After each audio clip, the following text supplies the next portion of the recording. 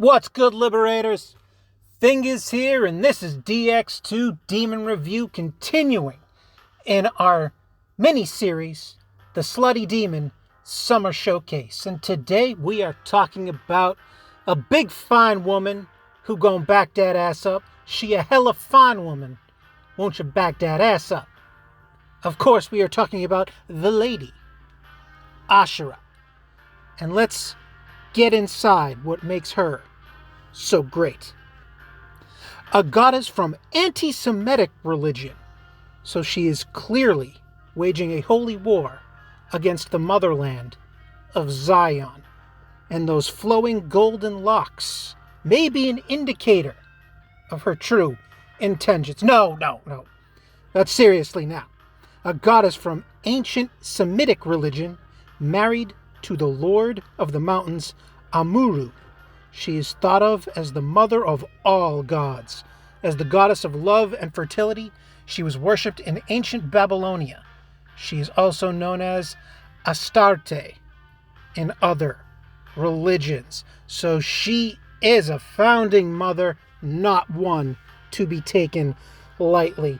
And let's check out just what she has to offer. As you can see, firm hindquarters and a very evocative design overall. That is quite striking, and not just because of the suggestive pose, but I love the white, the black stripes all over her, and those eyes. That is something. And of course, those flowing golden locks for those of you who enjoy handlebars. Now, as for the stats, she has a decent magic stat, 192 off rip, which you can pump up to 212 if you desire, 232 if you go full bore on it. But her defining feature is that vitality, 236 off rip, which can be pumped up to 256, 276, a massive 276 if you want to go full ham on it, which is fantastic. The agility is negativo. So if you're running her in PvP, you are running slow. Best to get used to it. But fortunately, she is a bulky lass, so she can take some punishment and keep you going long after you should have fallen. And her luck is fairly middling, 138. But as you can see, as I've got her branded, she's got a healthy 4,095 HP. So you can take her HP into the stratosphere if you so desire. And she nulls fire, nulls force, which of course, as we all know, is completely useless.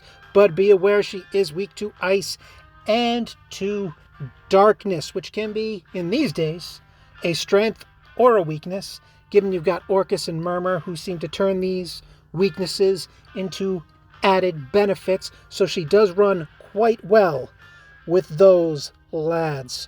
And let's check out her skills. The transferable Meteorama, which is a middling healing spell for your entire team with the power of 95. And I rarely wind up using this. Mostly I'll have her passing her turns or using Mother of Creation.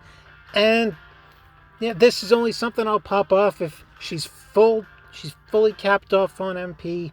She's on a half press turn. And it's just like, hey, why not top off the HP a little bit? But most of the time, I've got her saving MP for Mother Creation, which is the next skill on this list. And it is a skill, indeed. After reviving a single party member with full HP and casting Lydia, receive one additional press turn. This is massive. As we all know, press turns are the name of the game, and this bad bitch has the ability to return press turns to you. The enemy comes in, knocks off one of your guys. Well, now you're starting off your turn with 3 press turns instead of 4. Well, Mother Creation, boom, brings him back into action, plus that extra press turn. No harm, no foul. You're right back in it, and that is massive. That is a huge boon. She's great in PvP to this day because of this skill. Now, this skill didn't always have that particular feature. Several months ago, it was a while ago, they updated Mother Creation to give you that additional press turn icon, which really brought her back into the spotlight, back into the game in a big way. And to Sega, for that, I salute you. And if you pump this thing up, you get a 50% chance of 1 MP recovery. Very nice.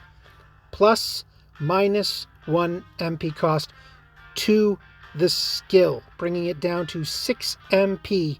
But it may only, you need 6 MP to fire it off, but it potentially will only cost you 5. And if you're not running her with Divine Brands, that 1 extra MP every now and again can be very, very helpful as you are going on.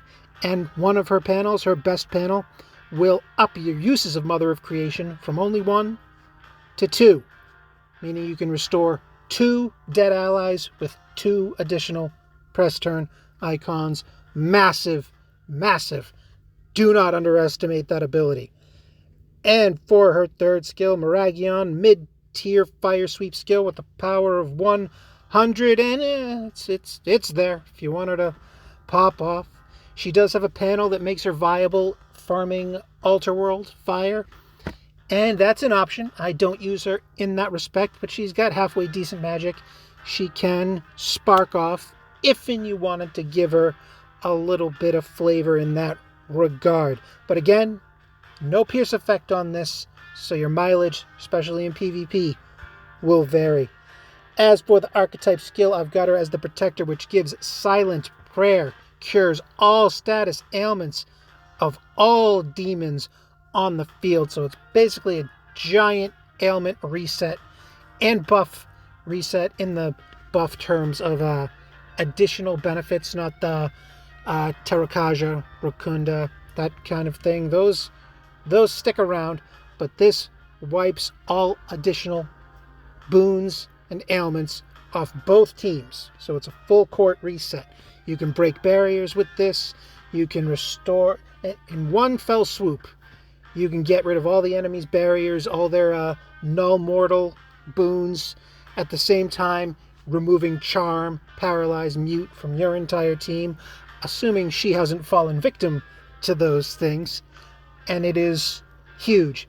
Far and away my favorite archetype for her, and one that I would highly recommend, especially if you are a PvP enthusiast. As for her transferables, I've got her with Infernal Mask, minus 60% chance of receiving status ailments, and on top of that, Hellish Mask, minus 35% chance of receiving status ailments, just to have all the bases covered. A lot of people will put Null Charm, Null Mute, Null Bind on her in these 2 spots, and those are perfectly viable options, but you're going to be leaving yourself vulnerable to one of those. Those are the 3 worst. Mute, Bind, Charm. 3 worst ailments you can suffer with. And if you go that route, you're only going to get her with a full protection of 2, but you're vulnerable to the 1.